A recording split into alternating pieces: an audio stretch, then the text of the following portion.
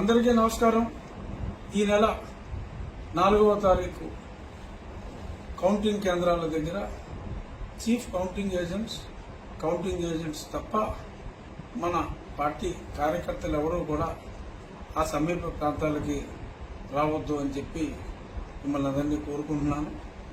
అలాగే ఎన్నికలు అన్న తర్వాత గెలుపు ఓటములు ఎవరో ఒక్కళ్ళే గెలిచేది. గెలిచిన పార్టీ వాళ్ళు సంయమనం వహించి వేరే వాళ్ళని కవింపు చర్యలు ఇటువంటివేమీ దయచేసి చేయవద్దు.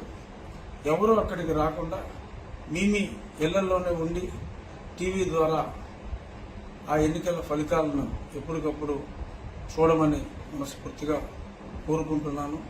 ఈ సందర్భంగా గెలిచిన పార్టీ మనం ఎవరూ కూడా ఎటువంటి రోడ్ షోలు కానీ బాణసంచా కానీ చేయవద్దని కూడా మనస్ఫూర్తిగా మీ అందరికీ తెలియజేస్తున్నాను.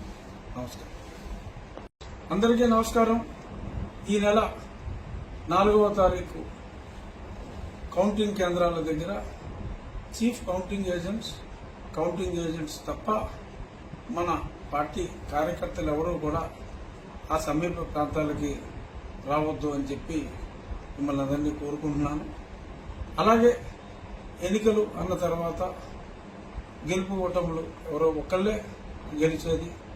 గెలిచిన పార్టీ వాళ్ళు సంయమనం వహించి వేరే వాళ్ళని కవింపు చర్యలు ఇటువంటివేమీ దయచేసి చేయవద్దు. ఎవరూ అక్కడికి రాకుండా మీ ఇళ్లలోనే ఉండి టీవీ ద్వారా ఆ ఎన్నికల ఫలితాలను ఎప్పటికప్పుడు చూడమని మనస్ఫూర్తిగా కోరుకుంటున్నాను. ఈ సందర్భంగా గెలిచిన పార్టీ మనం ఎవరూ కూడా ఎటువంటి రోడ్ షోలు కానీ బాణసంచా కానీ చేయవద్దని కూడా మనస్ఫూర్తిగా మీ అందరికీ తెలియజేస్తున్నాను. నమస్కారం. అందరికీ నమస్కారం. ఈ నెల 4వ తారీఖు కౌంటింగ్ కేంద్రాల దగ్గర చీఫ్ కౌంటింగ్ ఏజెంట్స్ తప్ప మన పార్టీ కార్యకర్తలు ఎవరూ కూడా ఆ సమీప ప్రాంతాలకి రావద్దు అని చెప్పి మిమ్మల్ని అందరినీ కోరుకుంటున్నాను. అలాగే ఎన్నికలు అన్న తర్వాత గెలుపు ఓటములు ఎవరో ఒక్కళ్ళే గెలిచేది. గెలిచిన పార్టీ వాళ్ళు సంయమనం వహించి వేరే వాళ్ళని కవింపు చర్యలు ఇటువంటివేమీ దయచేసి చేయవద్దు. ఎవరూ అక్కడికి రాకుండా మీ ఇళ్లలోనే ఉండి టీవీ ద్వారా ఆ ఎన్నికల ఫలితాలను ఎప్పటికప్పుడు చూడమని మనస్ఫూర్తిగా కోరుకుంటున్నాను.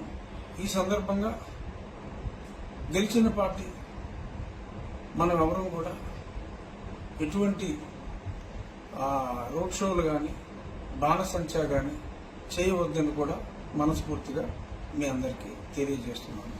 నమస్కారం.